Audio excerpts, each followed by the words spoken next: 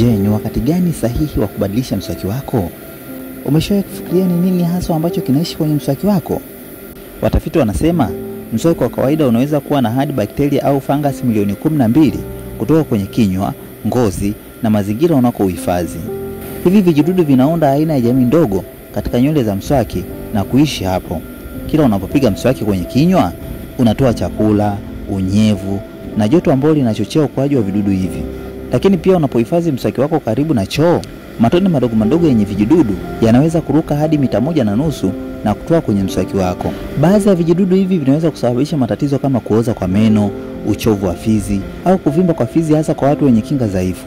Hata baadhi ya bakteria wanaweza kushindwa kutibika kabisa kwa antibiotiki, ikimaanisha kuwa ikiwa watasababisha maambukizi yatakuwa magumu kutibika. Hivyo basi ni vyema kuchukua tahadhari mapema, na wataalamu wanasema haya. Kwanza, usihifadhi mswaki wako karibu na choo.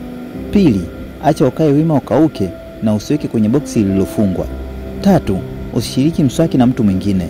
4, ubadilishe mswaki wako kila baada ya miezi 3 au mapema zaidi ikiwa umeharibika au una kinga dhaifu. Na mwisho, zamisha mswaki wako katika mouthwash.